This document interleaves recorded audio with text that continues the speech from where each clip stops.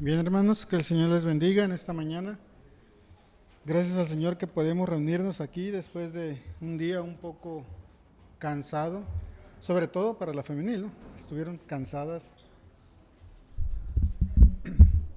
pero pues están gozosas, están contentas de que pudieron tener su retiro.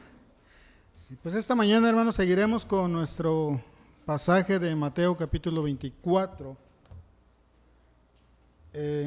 Avanzando un poco en lo que es la exposición de la palabra en este capítulo. Estamos viendo lo que es el quinto discurso de nuestro Señor Jesucristo. ¿Sí se escucha? ¿Me escucho muy bajo? ¿Sí? Ok. Estamos en el quinto discurso de nuestro Señor Jesucristo y lo está haciendo a sus discípulos. Está hablando de cosas escatológicas, cosas proféticas, cosas relacionadas con el futuro.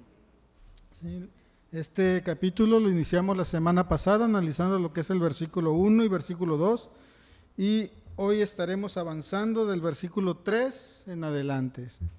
Así es que vamos a orar y poner este tiempo en las manos del Señor y para continuar con el estudio. Padre Celestial, Señor, te alabamos en este día. Te damos gracias, Señor, por tu misericordia y tu fidelidad sobre nuestras vidas, porque permite, Señor, en tu soberana voluntad que podamos estar reunidos aquí en este lugar con el único deseo y propósito de alabarte y glorificarte a ti, Señor, y recibir de ti, Señor, la palabra que tú tienes preparada, Padre. Permite que podamos, Señor, meditar y aplicar, Señor, tu palabra a nuestras vidas y que podamos tener esa seguridad que tú das y esa paz que tú das, Señor, para poder enfrentar las adversidades diarias de nuestra vida, Señor. Gracias te damos en el nombre precioso de nuestro Señor Jesucristo. Amén. Muy bien, hermanos, pues seguimos en el pasaje de Mateo capítulo 24. La semana pasada estuvimos viendo los primeros dos versículos en los cuales el Señor profetiza la destrucción del templo. ¿Sí? Mateo nos va a mostrar aquí en este pasaje las preguntas que los discípulos le formulan al Señor Jesucristo al llegar a un lugar de descanso que podemos pensar que era común entre el Señor Jesucristo y sus discípulos estar en ese lugar. Recordemos que en esta última semana el Señor Jesucristo está teniendo su hábitat en Betania, en la casa de sus tres mejores amigos, vamos a decir. Marta, María y Lázaro. Este lugar se llama Betania, está cerca de Jerusalén y para llegar a ese lugar tenían que cruzar o subir un monte que es conocido como el monte Hebrón, donde está Cedrón, donde está precisamente el huerto del Monte de los Olivos y donde más adelante también veremos que se encuentra el Getsemaní, donde también Jesús tiene una oración ya en otros capítulos. No nos vamos a meter ahí, ya esperemos con paciencia llegar ahí. Sí, entonces, Mateo está narrando su evangelio, él ha escrito este evangelio con un propósito, de demostrar que Jesús es rey. Y el mensaje de Mateo es que Jesús es rey, desde inicio hasta el final. Estuvimos viendo la semana pasada todo el procedimiento que el Señor Jesucristo ha tenido en su enseñanza y en sus actos mesiánicos, ¿no? Donde establece también a sus discípulos como apóstoles, que lo nombramos nosotros embajadores del reino. Entonces iniciamos a este capítulo 24, conocido como el Sermón del Monte de los Olivos, y le pusimos un título, que son las profecías del rey. Y la semana pasada iniciamos estudiando la primera profecía del rey, que fue la destrucción del del templo y de la ciudad de Jerusalén. Entonces, la subida desde Jerusalén a Betania podía hacerse por una ruta o una vía corta. Y el Señor Jesucristo, después de subir, me imagino que ha de ser una inclinación un poquito cansada, Él usaba este lugar para descansar, para reposar y analizar un poco lo que está por venir. Por eso dice el versículo 3, iniciando, dice, y estando él sentado en el monte de los Olivos. ¿Sí? Y es aquí cuando vienen los discípulos. Los discípulos tal vez están inquietos por las palabras que el Señor Jesucristo ha expresado anteriormente. Versículo 1 y 2, cuando Él habla precisamente al salir del templo o muchas veces dentro del templo, en un proceso mirando tanto el interior del templo como el exterior del templo y todo lo que rodea ese lugar, tanto las piedras y el material de construcción y aún los edificios enormes. Él ha expresado unas palabras que provocan inquietud en los discípulos, precisamente porque el Señor Jesucristo ha dicho que todo eso va a ser destruido. ¿Sí? Entonces, demostrando así que hay un juicio sobre los líderes religiosos. Recordemos también que en el capítulo 22, 23, Él ha expresado unos ayes, 7 ayes sobre los líderes religiosos. Y el Señor ha establecido un juicio sobre ellos. ¿Sí? También al final del capítulo 23 ha expresado un clamor por la ciudad de Jerusalén. Y eso los discípulos lo tienen presente. ¿Cómo expresa 7 ayes sobre los líderes religiosos y también cómo expresa un lamento por Jerusalén? Lo traen ellos en mente, en su corazón, inquietos y aún hablando del Señor Jesucristo ya en el capítulo 24, anunciando también la destrucción del templo de Jerusalén, el lugar que para ellos era un motivo de orgullo, pues iba a ser destruido. Y aquí vemos entonces ya las razones que ellos pueden tener en su corazón y en su mente al venir al Señor Jesucristo a formularle unas preguntas. ¿Sí?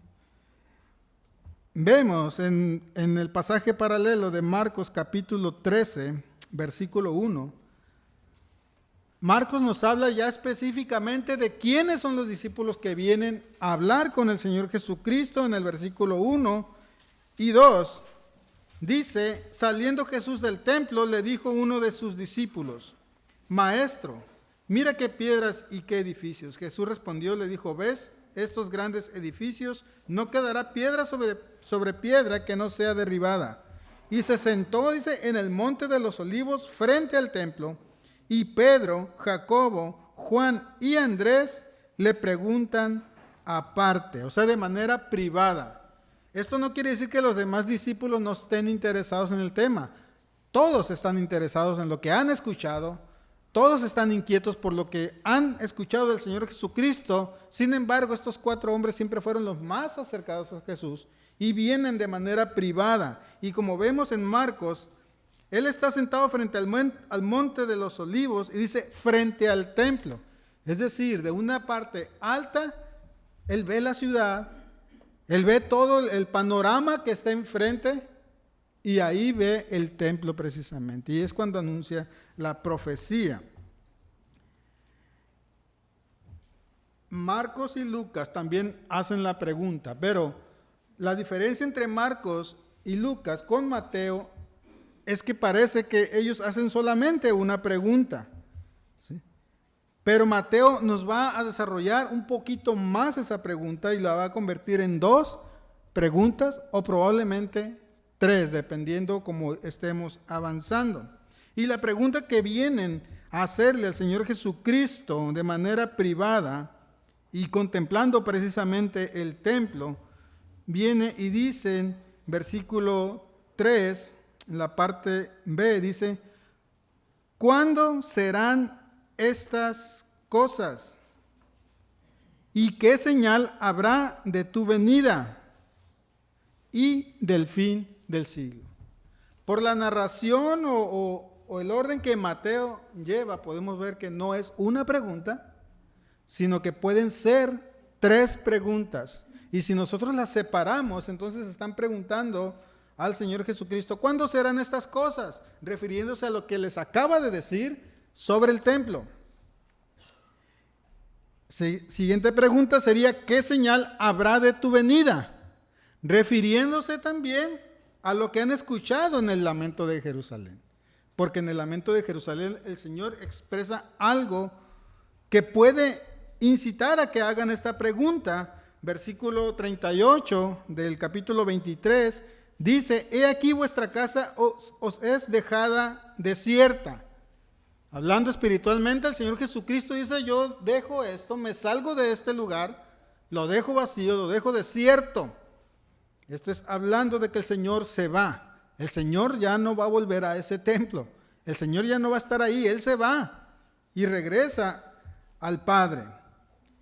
Y verso 39 dice: porque os digo que desde ahora no me veréis. ¿Hasta cuándo?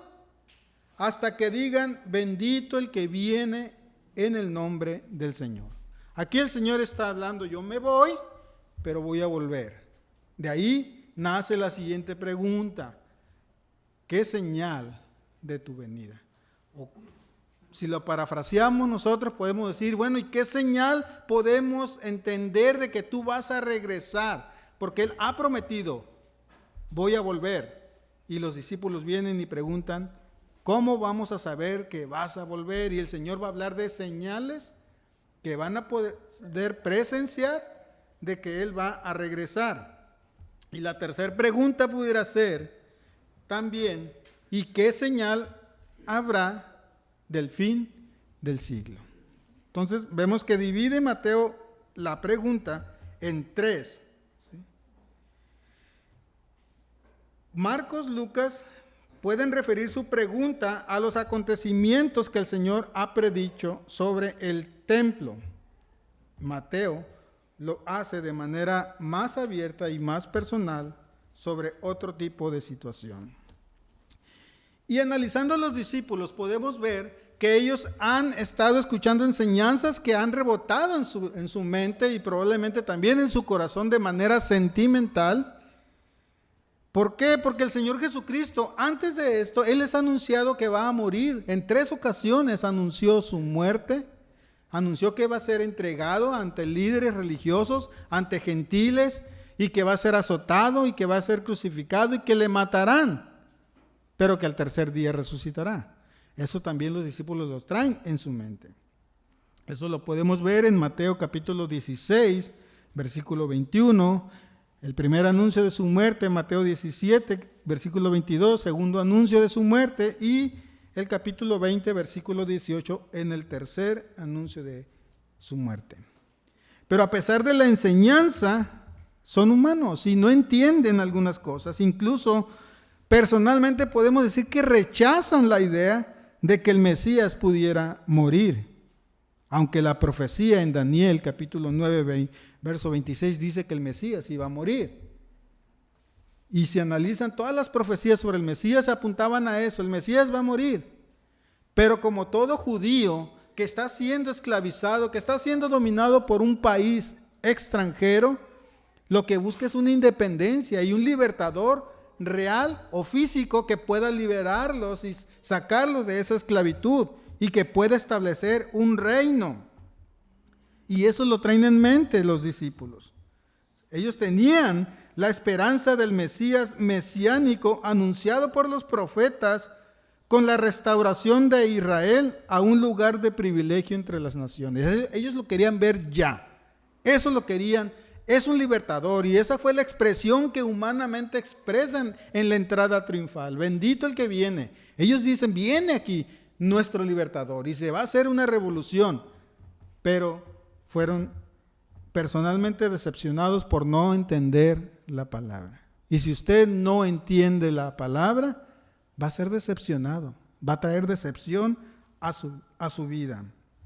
Entonces, a los judíos, a los discípulos, se les hacía difícil aceptar la muerte y de alguna manera ellos lo hacían a un lado. ¿Sí? Vemos el pasaje de Mateo capítulo 20, versículo 21 y 22, cuando viene una mujer hablando al Señor Jesucristo, dice: permite que mis hijos se sienten, uno a tu derecha y el otro a la izquierda. ¿Qué estaba pensando? Es que el reino es ahorita, es que ahorita es cuando Él va a reinar y yo quiero lugares de privilegio para mis hijos. ¿Qué madre no quiere eso para sus hijos? Buenos lugares, ¿verdad? Buenos lugares para sus hijos, y es la idea que tenían. estos hijos de Zebedeo en Mateo capítulo 20, versículo 21 y 22. ¿Sí?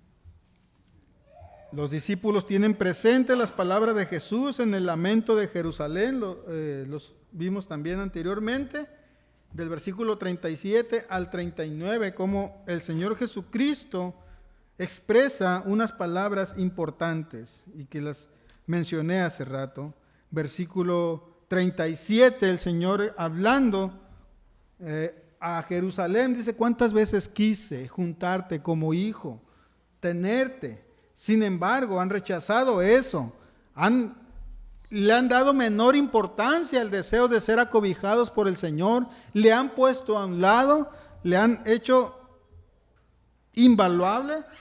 Y la semana pasada terminamos con una pregunta reflexiva, retórica para nosotros, la cual decía: ¿en qué lugar tienes al Señor en tu vida? ¿En qué lugar está el Señor en tu vida? Porque aquí vemos que Israel y todo el pueblo no tenían al Señor en su vida, lo hicieron a un lado, por lo cual el juicio viene para la nación entera.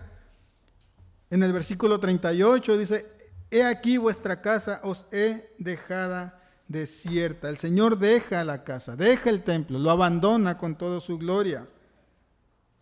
Y eso indica que el reino que ellos están esperando no es para este tiempo. El establecimiento del reino no era para ese tiempo, sino para un tiempo más adelante. Y lo expresa precisamente en el versículo 39, cuando dice: porque os digo que desde ahora ya no me veréis, hasta que digas: bendito el que viene en el nombre del Señor. Es aquí, en su segunda venida, cuando va a establecer su reino. Es en su segunda venida cuando Él va a establecer su reino. De ahí que la segunda pregunta que los discípulos hacen: ¿cuándo serán estas cosas? En el versículo 3, dinos cuándo serán estas cosas y qué señal habrá de tu venida. Como vimos la semana pasada, algunas de las predicciones que el Señor hizo se cumplieron, ¿sí? Las manifestaciones que Jesús hace deben entenderse como cumplidas en el sitio y destrucción de Jerusalén y el templo en el año 70. ¿Sí? Analizando los ayes que el Señor Jesucristo expresó a los líderes, 7 ayes de juicio por no haber aceptado al Mesías, por no haber creído en Él, por haberle rechazado. Ahí empieza el Señor trayendo juicio real en esa generación, dice el versículo 36 del capítulo 23. Dice: de cierto os digo que todo esto vendrá sobre esta generación. Aquí está el Señor anunciando que la generación que está presenciando esto, o que está en persona viendo al Mesías, al Maestro, ellos mismos van a presenciar su propia destrucción. Esta generación no pasará, dice. Esta generación no pasará. De cierto os digo que todo esto vendrá sobre esta generación. Y ahí habla, por eso es que nace el lamento de Jerusalén. Jerusalén, yo te quise acobijar, yo te quise proteger, me has rechazado. Ahora yo me hago a un lado de ti, dejo la casa sola hasta que vuelva otra vez. De ahí viene el versículo 24 y él da la predicción de la destrucción del templo y da señales. Lucas capítulo 21, versículo 20.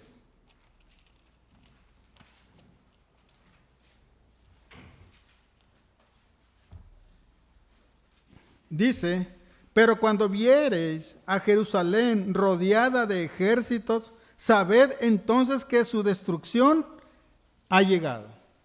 Aquí vemos que el Señor está haciendo una predicción completa de la destrucción del templo, ¿sí? Primero lo va a hacer sobre la generación actual que le ha rechazado en Jerusalén. ¿Sí? Y es lo que los judíos hicieron, rechazaron al Señor, despreciaron su ministerio. Y el Señor Jesús les da una señal más en Lucas y dice: van a ver a Jerusalén rodeada de ejércitos. Sabed entonces que su destrucción ha llegado. ¿Cuánto puede durar una generación? ¿50, 60, 70 años?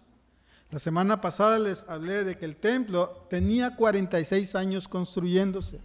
Aproximadamente en el año 62 fue terminado. ¿Sí? Si el Señor Jesucristo murió en el año 30, 33, para el año 60 son unos 30, un promedio 30 años. De ahí, unos 8 años más, fue el año 70, fue destruido.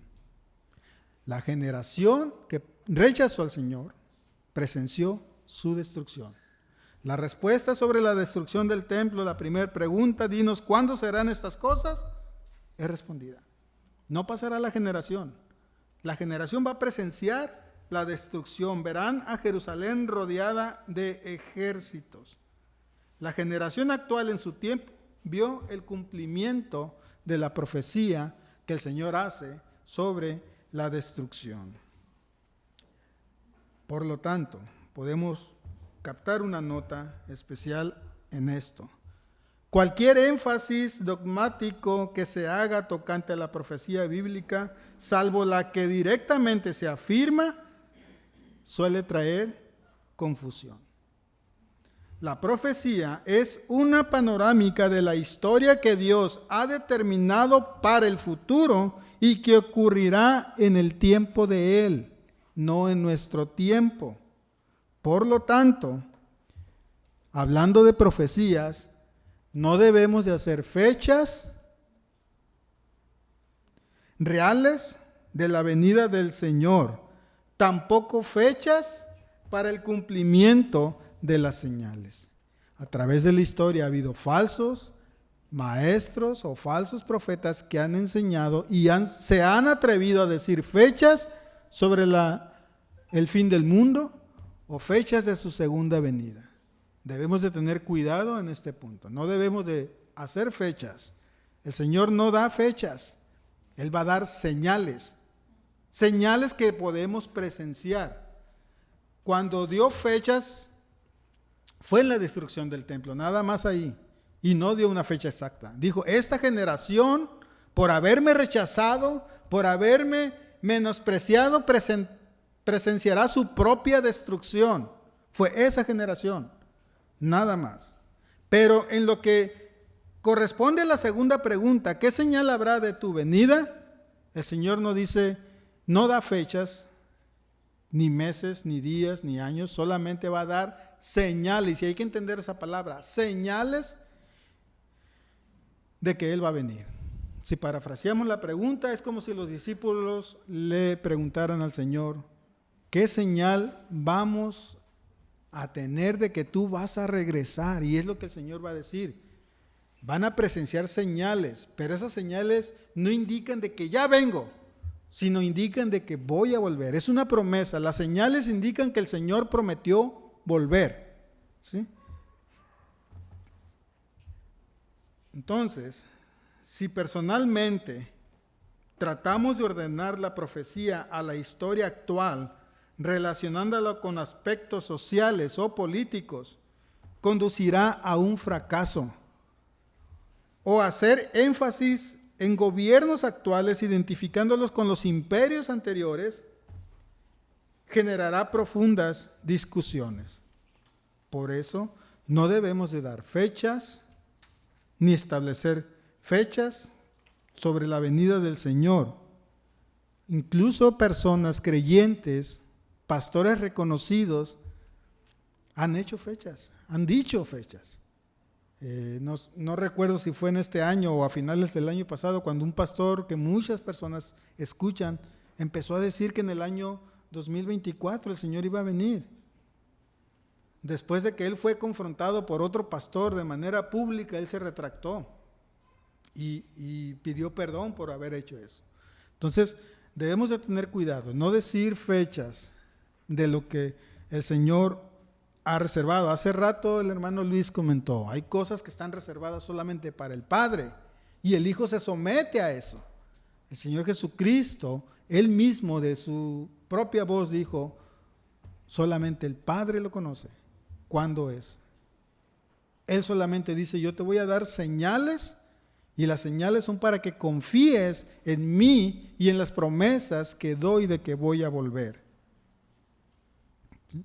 Por lo cual estaremos viendo este pasaje del capítulo 24 con mucho respeto, dando un debido respeto a lo único que Dios ha querido revelar de Él.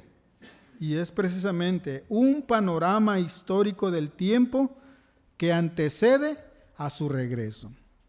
La pregunta viene después del lamento sobre Jerusalén, analizando el versículo 39, dice, ya no me van a ver hasta que digan, bendito el que viene en el nombre del Señor.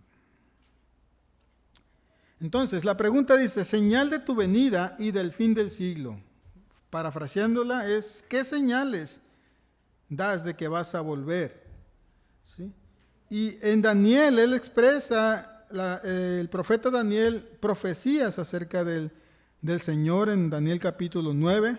Lo relaciona precisamente a la última semana en el capítulo 9, verso 24. Y habla de 70 semanas. Y eso quiere decir que 69 semanas se cumplieron cuando Jesús entró en Jerusalén. Vamos a leer Daniel capítulo 9, versículo 26. Usted en casa detenidamente puede estudiar el capítulo de Daniel. Es muy interesante lo que nos muestra acerca de las últimas semanas. Daniel habla de semanas. En ocasiones, cuando la Biblia habla de semanas, puede ser literalmente semanas. Pero también en ocasiones, cuando habla de semanas, pueden ser años. ¿Sí? Y Daniel 9:26 dice, y después de las 62 semanas se quitará la vida al Mesías, mas no por sí.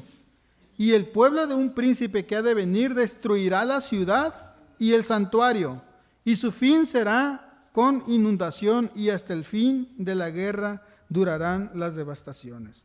Aquí vemos la profecía. Esta profecía se cumplió en la última semana de pasión del Señor Jesucristo, cuando Él es muerto, y unos años más tarde la destrucción de la ciudad y el santuario, refiriéndose a Jerusalén y al templo. Y es lo que vemos en Mateo, cuando da la profecía sobre la destrucción del templo. Entonces, podemos decir que estas 69 semanas se cumplieron precisamente al relacionarlas con la muerte del Señor Jesucristo y la destrucción de la ciudad y del santuario. Pero vea el versículo 27 de de Daniel 9:27. Hablan de una semana, dice, y por otra semana, dice, confirmará el pacto con muchos. A la mitad de la semana hará cesar el sacrificio y la ofrenda. Después, con la muchedumbre de las abominaciones vendrá el desolador, hasta que venga la consumación y lo que está determinado se derrame sobre el desolador. Aquí no es una semana siguiente. Daniel lo separa, dice, y por otra semana, una semana en el futuro. Daniel no da tiempo, Jesús no da fechas, dice, va a haber una semana. Entonces, habla de una semana que ocurrirá en el futuro. Y ahí se refiere a las últimas cosas, que también Apocalipsis va a hablar de una semana representada en 7 años. Este último debe corresponder entonces a la respuesta que Jesús les da a los discípulos, la extensión más allá de la primera profecía, que fue la destrucción de Jerusalén y el templo. Entonces el Señor va a empezar a dar señales de lo que va a suceder o lo que está sucediendo después de eso, hasta que el Señor venga otra vez en su segunda venida. estaremos viendo también pasajes de Apocalipsis para ampliar un poco el comentario sobre este pasaje. Entonces, las palabras que Jesús expresa en Mateo concuerdan con el desarrollo referido también en Apocalipsis capítulo 6. Por lo tanto, los acontecimientos a los que el Señor se refiere son todos relacionados a un tiempo posterior a la iglesia y corresponde a un periodo anterior a su segunda venida. Una vez escuché a un hermano que decía, ¿cuándo empieza entonces el tiempo final? Y ese hermano decía, cuando el Señor ascendió a su regreso, ese es el tiempo. Entonces, pero podemos también interpretar, cuando nace la iglesia, esto es Mateo capítulo 16, 18, a su segunda venida. Entonces el Señor va a dar señales que la iglesia va a presenciar en ese tiempo y que confirman precisamente que el Señor va a volver. ¿Sí? Entonces Mateo capítulo 24 empieza entonces con las señales que el Señor va a dar. Pero inicia en el versículo 4 con una advertencia. Dice versículo 4, respondiendo Jesús le dijo, mirad que nadie os engañe. A modo de advertencia, el Señor indica algunas señales de su segunda venida. ¿Sí? Esta respuesta se produce 2 días antes de su muerte. Recordemos que estamos todavía en el día martes. El día martes aún no ha terminado. Podemos decir que es el final del día. Pasará miércoles y jueves y él será tomado preso y el viernes él va a morir. O sea, antes de morir el Señor da las señales a los discípulos. Se produce antes de su muerte, pero lo hace después de una sentencia judicial contra Israel. Esto es en el lamento de Jesús sobre Israel en el capítulo 23, versículo 37 al 39. Como vimos el pasaje, Dios había querido juntar a sus hijos como una gallina junta a sus polluelos, por lo cual la casa queda vacía, o sea, desierta, es dejada, es abandonada. ¿Sí? Y eso quiere decir que el rey sería retirado de ellos. Ese rey que rechazaron se retira de ellos. El proceso de establecimiento del reino quedaría para más tarde, es decir, para su segunda venida. Y eso lo vemos en Mateo 23, 39, dice, porque os digo que ya no me verán más, hasta que digan bendito el que viene en el nombre del Señor. Versículo 30 del capítulo 24 dice, entonces aparecerá la señal del Hijo del Hombre en el cielo. Entonces lamentarán todas las tribus de la tierra y verán al Hijo del Hombre viniendo sobre las nubes del cielo con poder y gran gloria. Apocalipsis capítulo 1, versículo 7.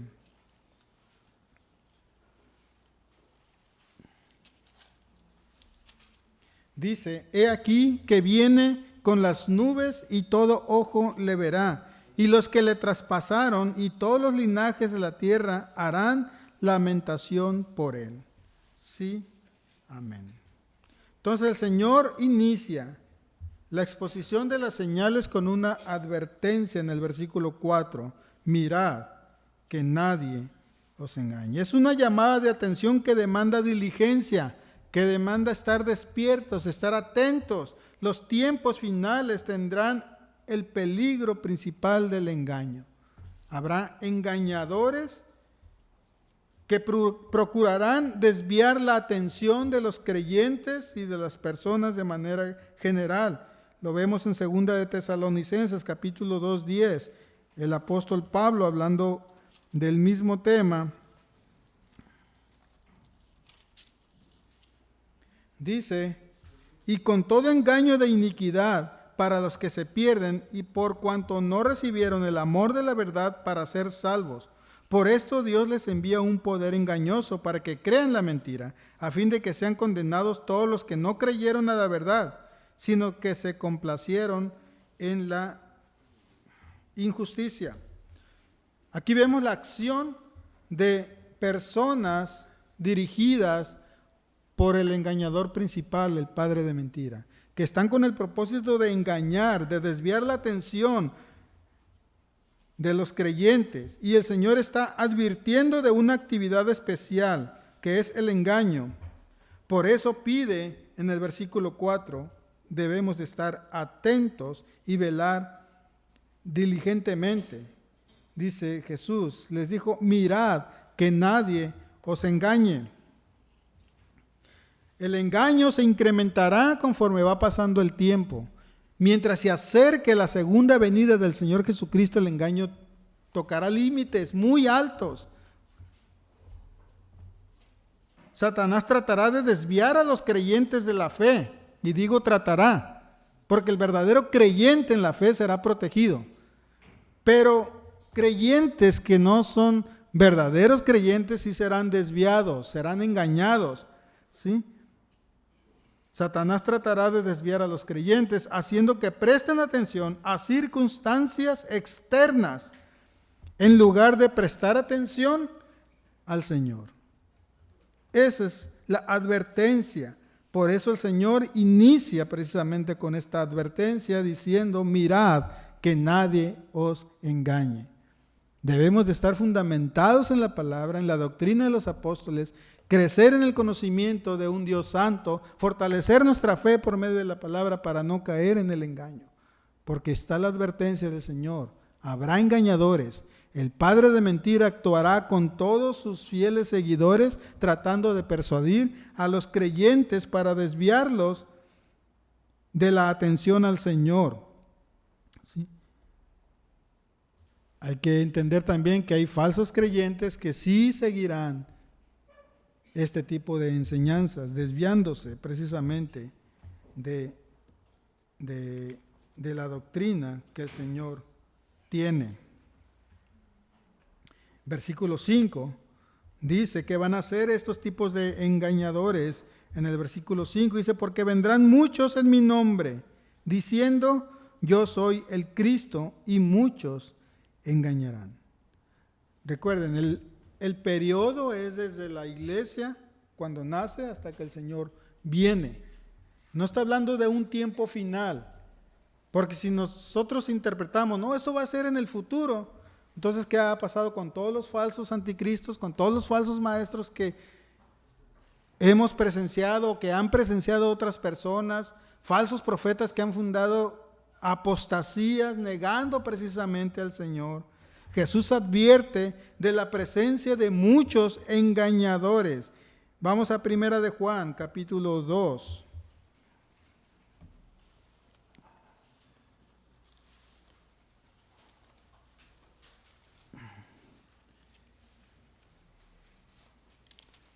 Si recordamos que uno de los 4 discípulos que viene el Señor Jesucristo a hablar con él de manera privada fue Juan, y Juan está advirtiendo después a la iglesia en el capítulo 2, versículo 18 de 1 de Juan, y dice, hijitos, ya es el tiempo, y según vosotros oísteis que el anticristo viene, así ahora han surgido muchos anticristos, por eso conocemos que es el último tiempo. Vean, el último tiempo, lo hablan en tiempo presente, ya es el último tiempo. ¿Cuándo empezó? Cuando la iglesia nace, a su segunda venida. Estamos en los últimos tiempos, ¿sí? Versículo 19 dice, salieron de nosotros, pero no eran de nosotros, porque si hubiesen sido de nosotros, habrían permanecido con todos nosotros. Pero salieron para que se manifestase que no todos son de nosotros. Juan está afirmando en su carta que habrá engañadores representados como anticristos, muchos anticristos. Y es mismo apóstol Juan quien va a identificar a 3 tipos de anticristo. Será un proceso. Lo vemos en el capítulo 4, aquí mismo, 1 Juan, versículo 3, dice, amados, no creéis a todo espíritu, sino probad los espíritus si son de Dios, porque muchos falsos profetas han salido por el mundo. Aquí vemos un espíritu de anticristo, una actitud actuando en contra de Cristo. Pero también habla de personas que actuarán como anticristo en el capítulo 2, 18, como lo vimos ahí en Primera de Juan, que dice: hijos míos, ya es el tiempo, y según vosotros oísteis que el anticristo viene, así ahora han surgido muchos anticristos. Uno es el espíritu de anticristo, un espíritu que te hará negar al Señor, y personas que actuarán como anticristos, que negarán al Señor. Pero también está la presencia del anticristo, esa persona, aquel inicuo que vendrá a oponerse a todo lo que se llame Dios o en contra de Dios, tratando de persuadir. Entonces está el espíritu de anticristo, un espíritu negador de Cristo.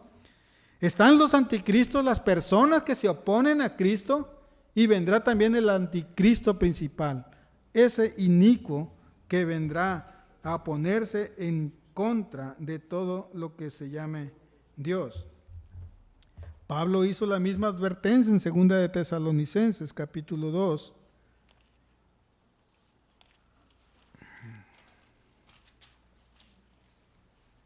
Versículo 3 al 5 dice: nadie os engañe en ninguna manera, porque no vendrá, dice, sin que antes venga la apostasía y se manifieste el hombre de pecado, el hijo de perdición, el cual se opone y se levanta contra todo lo que se llama Dios o es objeto de culto, tanto que se sienta en el templo de Dios como Dios, haciéndose pasar por Dios. No os acordéis que cuando yo estaba todavía con vosotros os decía eso. Aquí ya nos está hablando del anticristo. Y esto quiere decir que el poder del engaño va a ir creciendo. Los falsos profetas o personas que hablan en contra de Dios también van a ir creciendo. Jesús advirtió a estar atentos. Juan lo hace, a estar atentos. Pablo lo hace, a estar atentos, a velar diligentemente en contra de este tipo de actitudes, con un propósito: que el creyente deje de creer o deje de fiar de quien procure engañarles con sus palabras. El creyente permanece en Dios porque el Espíritu lo protege. El Espíritu Santo que está en la persona le está protegiendo, le está animando. Y eso lo vemos en 1 Juan 3, 24. Pero habla también de los que son apóstatas en 1 Timoteo 4, 1.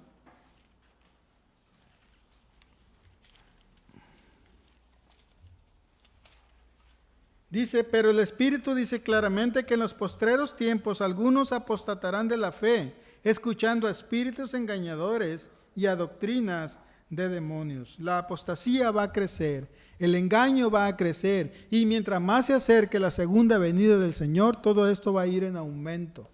La maldad irá en aumento, por lo cual en 1 Juan 4:1 dice que debemos de probar los espíritus, porque muchos profetas han salido. Y esto es analizar las enseñanzas que este tipo de personas están haciendo o teniendo. Pero para poder identificar a los falsos profetas y falsos maestros, usted y yo tenemos que conocer la doctrina, tenemos que conocer la palabra. No podemos identificar falsas enseñanzas si no conocemos, si no experimentamos. Apocalipsis capítulo 6, versículo 2, habla precisamente de la presencia del anticristo.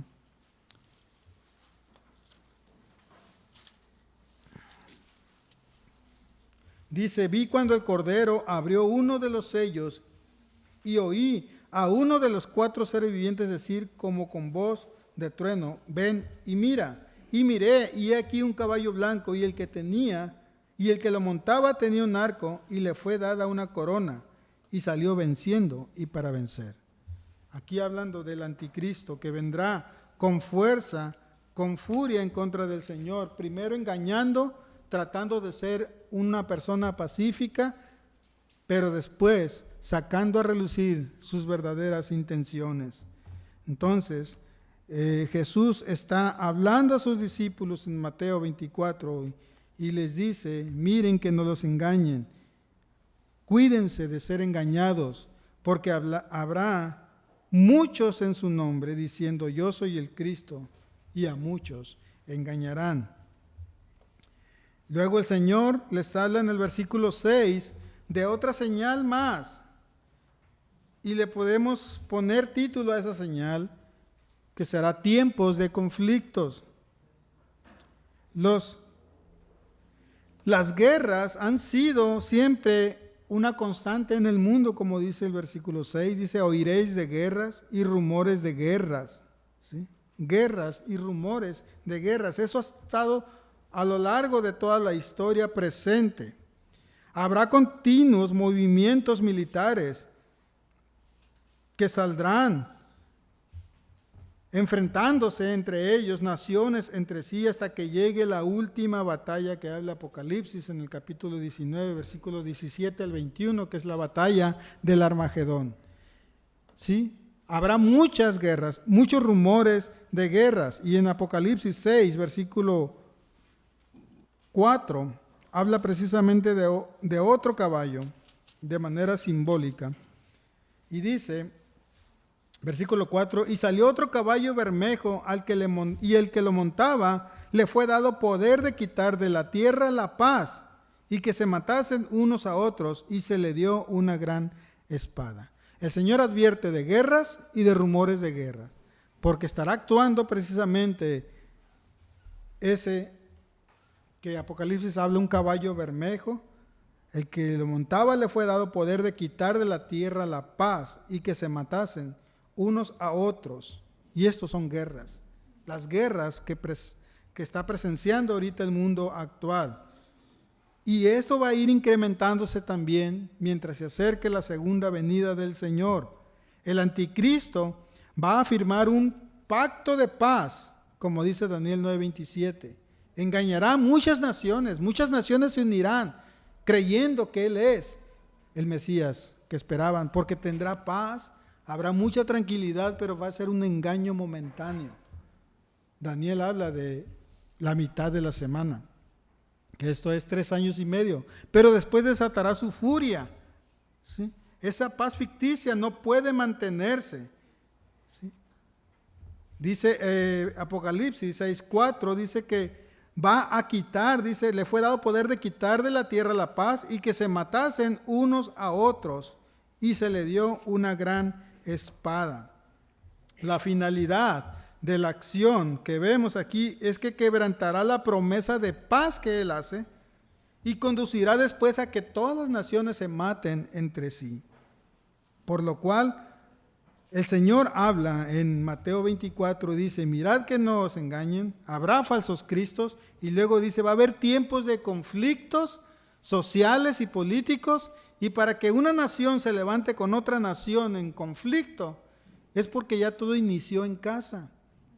Ya todo empezó en casa. El Señor Jesucristo, hablando en el capítulo 10, dice que se levantará el padre con el hijo, la madre con la hija, la nuera con el suegro. Tiempos de conflictos. Eso va a crecer hasta que la nación esté en conflicto y se ponga en conflicto con otras naciones. Eso son señales de que Él va a volver. Son señales de que va a regresar, igual que los anticristos y las falsas enseñanzas. Señales de que va a volver, presentes en una era del nacimiento de la iglesia a su segunda venida. Pero el Señor nos da otra advertencia. Versículo 6, dice, oiréis guerras, rumores de guerras. Pero vean la advertencia, mirad que no os turbéis. Que esto no te turbe, que esto no te alarme, que esto no te preocupe a ti. Es algo que tiene que suceder y no debe estar nuestra mente ni nuestro corazón viendo que hay conflictos en Ucrania, viendo que hay conflictos en Corea o en otras naciones. Tu confianza debe estar en el Señor. En Él debe estar la confianza, no en lo que está sucediendo, porque el Señor está diciendo claramente, son señales de que yo voy a volver. Es la promesa que les dejo de que regreso y van a estar presentes. Van a incrementar conforme se acerque la segunda venida, pero siempre va a estar presente en nuestras vidas. ¿Sí? Jesús da una advertencia en Juan capítulo 14, 27 acerca de la paz que el mundo da y la paz que Dios da. Dice Juan capítulo 14, versículo 27, dice: yo la paz os dejo y mi paz os doy. No os la doy como el mundo la da. No se turbe vuestro corazón ni tenga miedo. ¿Qué dice en Mateo 24? No te alarmes, no te preocupes, no se turbe tu corazón ni tenga miedo por lo que esté sucediendo a tu alrededor. El anticristo viene trayendo una falsa paz. Después desatará una ira en contra de todo lo que se llame Dios. Pero Dios dice: no se turbe tu corazón, confía en Dios. La finalidad es que el anticristo va a quebrantar su promesa de paz y va a conducir a que todas las naciones se maten unos a otros. La advertencia del Señor es: no te alarmes, no te preocupes, no te asustes por esto. No debe de sorprender ni de producir alarma, ¿sí? Por lo tanto, en la medida que experimentas confianza en Dios, disminuye tu inquietud. Cada día que usted confía en Dios y aumenta en eso, en confiar más en Dios, la inquietud va a disminuir de usted. Por lo tanto, el creyente debe estar confiando totalmente en Dios y no en las circunstancias que estén a su alrededor, ¿sí? Por eso el Señor dice, versículo 6, mirad que no os turbéis, no te preocupes ni te mortifiques. Deja que el mundo siga su marcha. Y si viene a tu vida, confía en el Señor. Confía en el Señor. Las guerras y los conflictos traen consecuencias naturales también. Lo vemos en el versículo 7. Dice: porque se levantará nación contra nación, reino contra reino. Eso lo vemos por causa del pecado en el mundo. Pero vean las consecuencias naturales que traen los conflictos y las guerras. Dice: habrá pestes y hambres y terremotos en diferentes lugares. Lo vemos en Apocalipsis también, capítulo 6, versículos 7 y 8.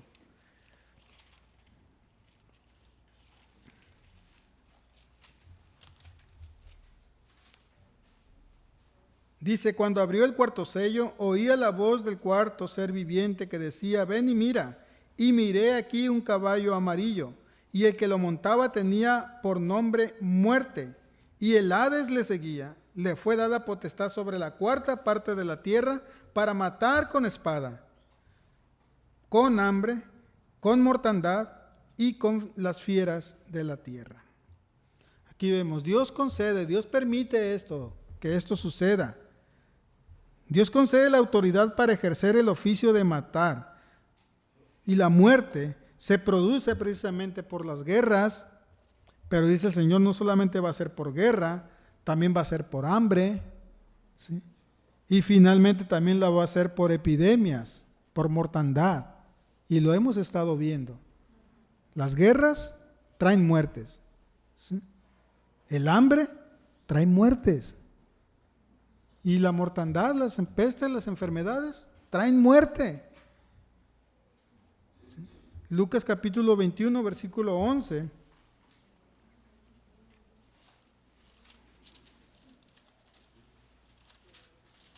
Si voy rápido puede anotar y estudiar en casa. Dice: y habrá grandes terremotos y en diferentes lugares hambres y pestilencias. Y habrá terror y grandes señales del cielo. ¿Sí?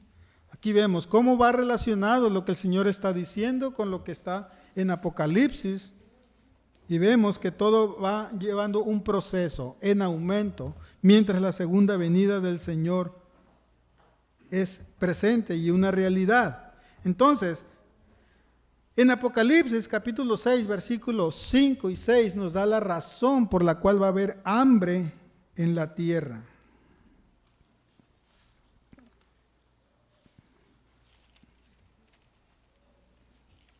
Apocalipsis capítulo 6, versículos 5 y 6.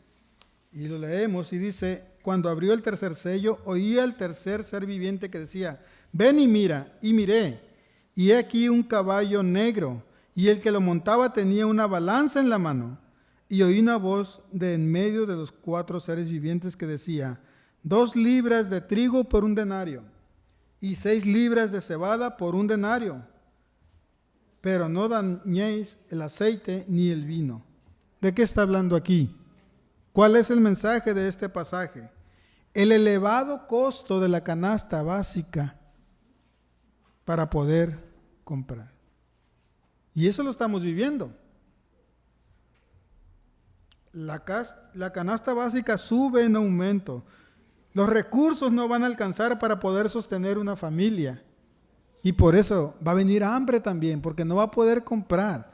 Y vean cómo dice Apocalipsis, 2 libras de trigo por 1 denario. ¿Qué representaba 1 denario? Lo vimos en Mateo, el salario de un día.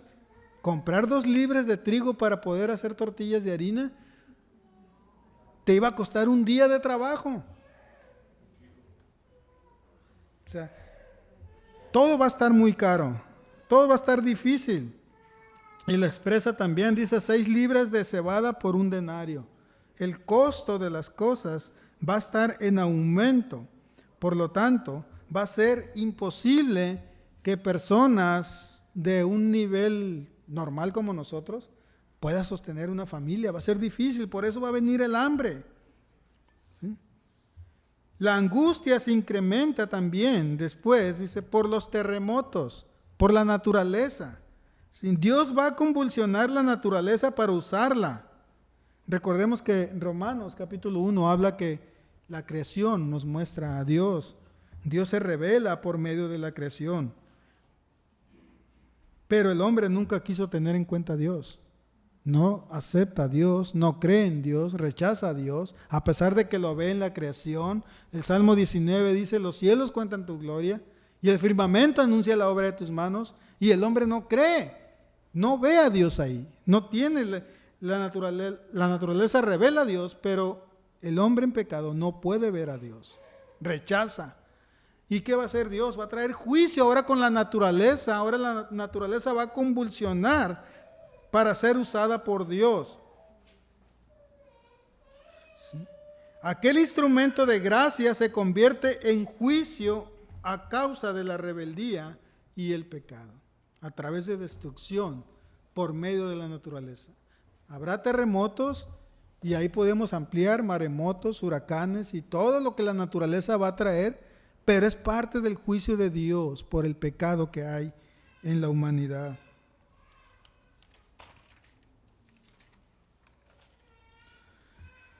Jesús está dando señales en Mateo 24 para que tú las identifiques, las conozcas, las veas. Son señales de promesa de que va a volver, pero el énfasis no son las señales, el énfasis son las advertencias que el Señor da. Mira que no te engañen, dice el versículo 4. Y luego dice, no te turbes, no te acongojes por las situaciones que estés presentando. Habrá todo esto, y esto es parte de una naturaleza caída en pecado por el pecado que hay en el corazón del hombre. Dios va a usar todo eso para traer juicio sobre la humanidad. ¿Sí? La esperanza está en Cristo, que Él va a volver y Él viene por los suyos. Y terminamos el versículo 8.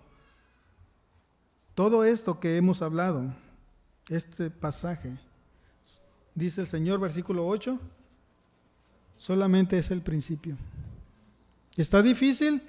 Situaciones difíciles, adversas que podemos presenciar. Gracias al Señor nosotros no estamos en guerra. Pero pónganse en los zapatos o guaraches de los de Ucrania. Ellos están en guerra. Pónganse en el lugar de la Primera Guerra Mundial. En la mente de los creyentes de la Primera Guerra Mundial, al estar presenciando todo eso, ¿qué pudo haber venido a sus mentes? Esto es el fin del mundo. Sin embargo, no era el fin del mundo. Pasamos a la Segunda Guerra Mundial, igual la misma situación, creyentes siendo perseguidos, pasando por situaciones difíciles y adversas en sus vidas. También pudo haber llegado a sus mentes, es el fin del mundo. El Señor dice, son señales, nada más señales. No fue el fin del mundo. Jesús advierte que todo esto que estamos presenciando a nivel mundial en situaciones adversas, solamente es el principio de un tiempo de intensa manifestación de angustia. Si es una situación difícil ahorita lo que estás pasando, pues tómalo como un cólico fuerte a tu vida. Si no es tan difícil lo que estás pasando, tómalo como un coliquito nada más, algo leve.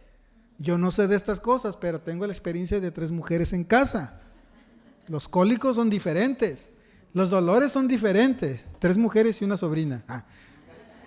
Son diferentes la situación, no es el mismo cólico, no es el mismo dolor. Son diferentes y actúa de diferente manera. Y también ponen el ejemplo del embarazo. Y las mujeres van a saber más de esto. No todos los embarazos son iguales. Hay embarazos donde se lleva a la mujer acostada porque tiene dolor, porque tiene vómitos, difícil situación. Pero hay embarazos tranquilos, que solamente llega el momento final del alumbramiento. Y el Señor dice, son principios de dolores. Son principios de dolores que vienen a nuestras vidas. ¿Sí? El Señor está dando una advertencia. Es solamente el principio de un tiempo de intensa manifestación de angustia.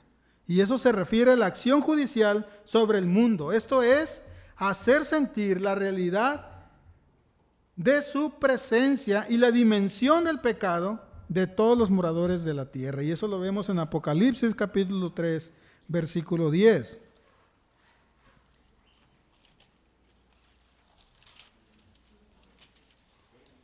Dice, por cuanto has guardado la palabra de mi paciencia, yo también te guardaré de la hora de la prueba que ha de venir sobre el mundo entero para probar a los que moran sobre la tierra.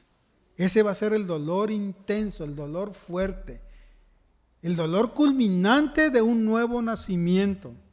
¿Sí? Ustedes que saben de dolores, saben que no son iguales, son diferentes, se tratan de maneras diferentes, pero todo lleva a un punto. El embarazo empieza con los primeros síntomas, pero nos lleva a un alumbramiento final. ¿Sí? A un alumbramiento final. Y eso nos muestra que el alumbramiento final para nosotros debe ser la esperanza que tenemos de un nuevo orden de gobierno por Cristo aquí en la tierra. ¿Sí? El Señor va a venir a gobernar, va a venir a reinar. Más adelante Apocalipsis nos va a hablar de los 1000 años de reinado del Señor en su segunda venida, donde va a ser paz. Pero mientras eso llegue, habrá cólicos fuertes en nuestra vida, presenciando. Y esto me lleva a una nueva pregunta para terminar. Viendo el pasaje, viendo las advertencias, viendo lo que el Señor nos dice de que no te turbes, mira que no te engañes, no pongas tu mente en las circunstancias que están pasando a tu alrededor. La pregunta final es, ¿en dónde tienes tu esperanza? ¿Quién es tu esperanza? ¿Las situaciones que tienes ahorita? ¿Las adversidades que estás presenciando? Si espero en algo o en alguien menos que en aquel que tiene poder sobre la muerte, estoy condenado a una decepción total. Mi esperanza no debe estar en las circunstancias, mi esperanza no debe estar en la situación que esté pasando, tanto interna como externamente. Por externa me refiero a circunstancias a nuestro alrededor, interna me refiero a enfermedades en nuestro cuerpo que pueden venir y agobiarnos y engañarnos y atribularnos. El Señor dice, no te alarmes, no te turbes, confía en mí, espera en mí. El Señor es el que trae la respuesta final para nuestras vidas. Si pongo mi vista en las cosas ajenas al Señor, me voy a decepcionar. Me voy a decepcionar y voy a fracasar. ¿Sí? El engaño, el sufrimiento, la inquietud me va a llevar a una desesperanza total de mi vida. El carácter que posea se desintegrará, por muy fuerte que aparente ser, pero si mi confianza no es el Señor, se va a desintegrar y va a relucir lo que hay en mí. Por lo tanto, es la esperanza en Cristo la que nos permite perseverar en tiempos de tribulación y angustia. Tenemos un anhelo para nuestras almas que descansa en aquel que nos ha precedido y que nos ha conquistado y que nos ha dado de su espíritu para poder perseverar. Y voy a terminar con un versículo en Juan, capítulo 16, versículo 20.